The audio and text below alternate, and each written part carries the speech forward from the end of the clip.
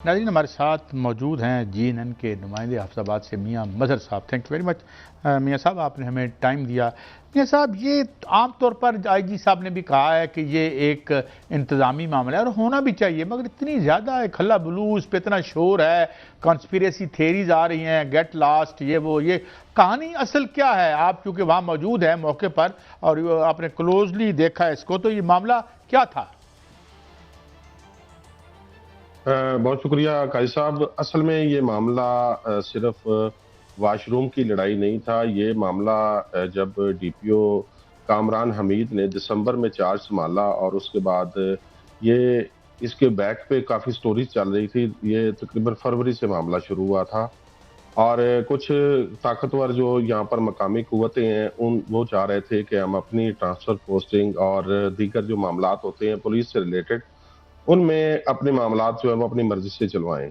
लेकिन जब डीपीओ कामरान हमीद ने पहली ही मीटिंग अफसरान के साथ की तो उन्होंने ये तमाम अफसरान को बावर कराया कि मुझे चीफ मिनिस्टर मरीम नवाज की जानिब से ये मैंडेट मिला है कि मैंने सिर्फ मेरिट को मलूज़े खाता रखना है, और उसी मेरिट को लेकर उन्होंने ट्रांसफर पोस्टिंग भी की।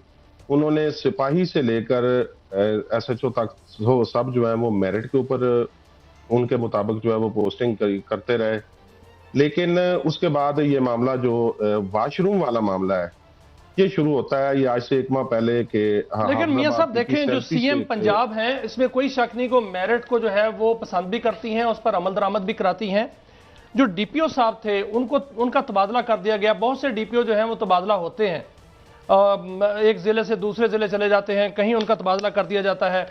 ये जो डीपीओ कामरान हमीद साहब थे, ये सियासी क़यादत के ज़ेरे असर थे या अपने फ़राइज़ के पर जो है वो अमल दरामद कर रहे थे? लेकिन क्या ये गेट लास्ट की कहानी है वो क्या है? क्या वाकईतन उनको जो है वो एमपीए के जो बेटे हैं उनकी बेइज्जती की गई या कोई और बात थी? जी मियां साहब, मैं आपको ये बात बताता चलूं कि डीपीओ हाफिजाबाद में तकरीबन कोई हर 6 माह बाद, साल बाद, कोई 18 माह भी यहाँ पे जो है वो पोस्टिंग पूरी करके गए हैं। लेकिन पिछले जो मामला चलते आ रहे थे, तमाम ट्रांसफर पोस्टिंग जो है वो होती थी सियासियों की अपनी वो पर्ची के ऊपर। लेकिन वजीर आला पंजाब मरीम नवाज को ये क्रेडिट जाता है कि उन्होंने ये मेरिट को मलूज़े खाता रखा और मेरिट के ऊपर जो है अफसरान को अपॉइंट किया।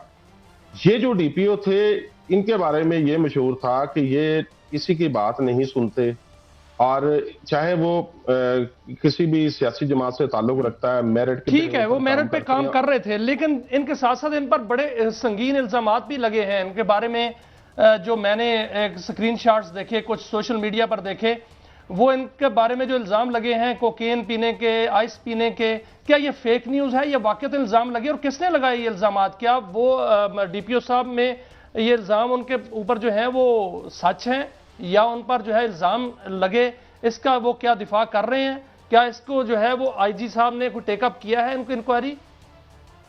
देखिए मियां साहब, बहुत सारी स्टोरी सामने आ रही हैं, लेकिन जब एक आज से कोई 10 दिन पहले एक खबर आई कि डीपीओ हाफिजाबाद का तबादला कर दिया गया है, तो हाफिजाबाद के जो लोकल सोशल मीडिया है और उसके अलावा में जो दीगर सोशल मीडिया है, उसके ऊपर ये बात हर शहरी को लिखते हुए हमने देखा कि सियासियों की बात ना मानने पर जो है वो डीपीओ का तबादला हो गया, लेकिन उनका तबादला नहीं हुआ। उसी वक्त वजीर आला पंजाब की कोऑर्डिनेटर है मोहतरमा सायरा अफजल तारिक साहबा, उनके जो पर्सनल सेक्रेटरी हैं उनका नाम खुशनूद है, उन्होंने एक व्हाट्सएप ग्रुप में लिखा कि जिस जिले का कमांडर कोकेन और आइस इस्तेमाल करता हो वो कैसे जिला चलाएगा, और इंसाफ का जो है वो टेस्ट होना चाहिए।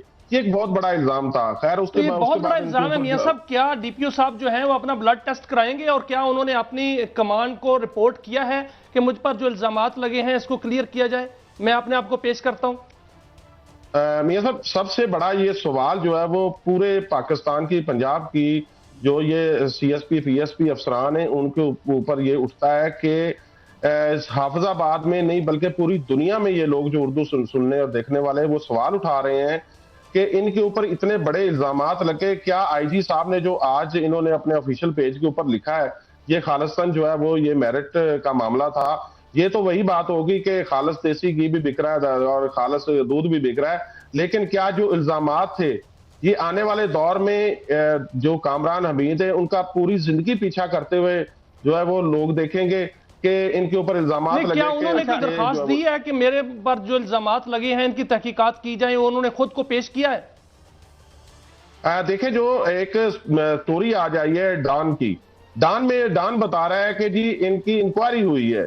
हालांकि जो मेरे सोर्सेज और मेरे जो जराए हैं, क्योंकि मैं पिछले 15 साल से क्राइम रिपोर्टिंग करता आ रहा हूं, उनके मुताबिक ऐसे कोई इंक्वायरी जो है वो नहीं की गई। अच्छा मियां साहब, मुझे ये बताएं कि ये झगड़ा, मुझे ये, मैं गलत हूं या सही हूं, ये झगड़ा उस वक्त शुरू हुआ कि किसी मुलजिम को छुड़वाने का मामला था जिस सिलसिले में वो तशरीफ लाए थे वहां पे और वो उनको छोड़ नहीं रहे थे? Is that true?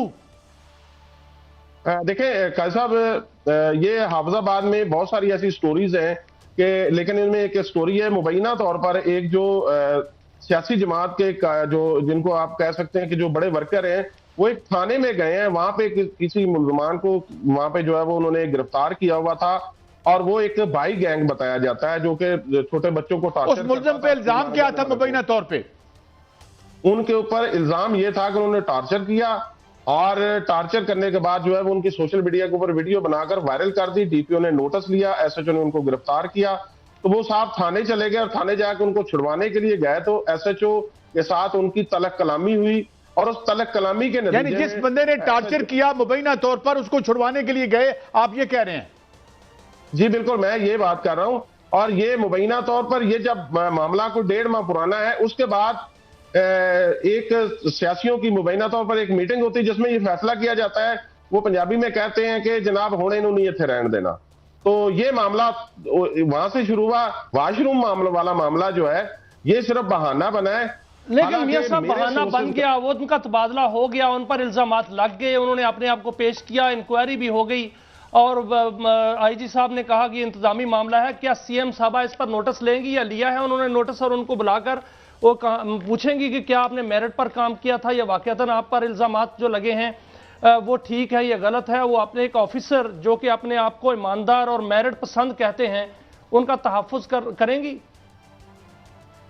देखिए, जो स्टोरीज अभी सामने आ रही है उनके मुताबिक तो ये बताया जा रहा है कि एक जो इंक्वायरी जो है वो कंडक्ट की गई थी जिसमें दोनों पार्टीज को सुना गया, लेकिन ऐसे कोई इंक्वायरी सामने नहीं आई। वज़ीर आला साहबा बताया ही जाता बीमार थी, कल ही उन्होंने जो है वो सेशन भी ज्वाइन किया है और आज जो है ये इसका जो है वो इसके सोशल मीडिया के ऊपर पंजाब पुलिस की जानिब से जो है वो जारी किया गया जो है पैगाम। हालांकि ये मामला पिछले 5 दिन से चल रहा था और इस मामले के अलावा एक हाफिजाबाद में बहुत बड़ी 2 पार्टियों के दरमियान जो एक मतभेड़ होते होते रह गई। लेकिन मियां साहब ये बताएं कि इनकी शोहरत क्या थी? डीपीओ साहब की, कामरान हमीद साहब की शोहरत क्या थी? आप वहां पर जर्नलिज्म करते हैं, आपको पता होगा कि वैसे किस शोहरत के ये ऑफिसर थे?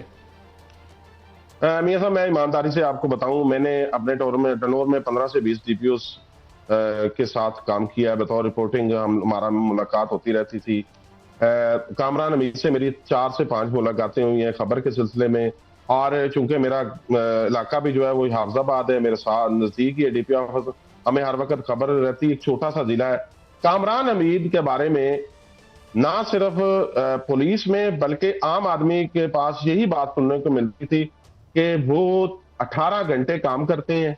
यानी आप ये कह रहे हैं कि उनकी बहुत अच्छी रेप्यूटेशन थी और वक्त खत्म हुआ।